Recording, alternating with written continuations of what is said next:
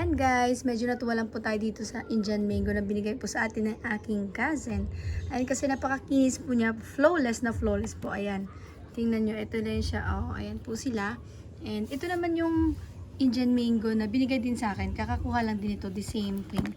Pero ayan po, dahil siguro sa kulang po siya ng supply ng water, ayan, maliliit pa po pero ayan, ano na po ito, mature na. Or luto na. So, yan yung itsura niya. So, kung titingnan natin, ito siya versus ito po.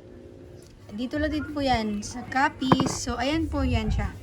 Then, ito yung binalatan po natin. Ito yung makinis. And ito naman yung maliliit po. Itong mga maliliit. Ayan.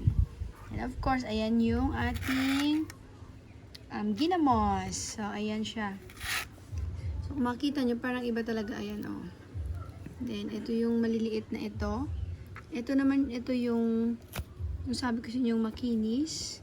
Ito siya. So, that's it. Kain na po tayo.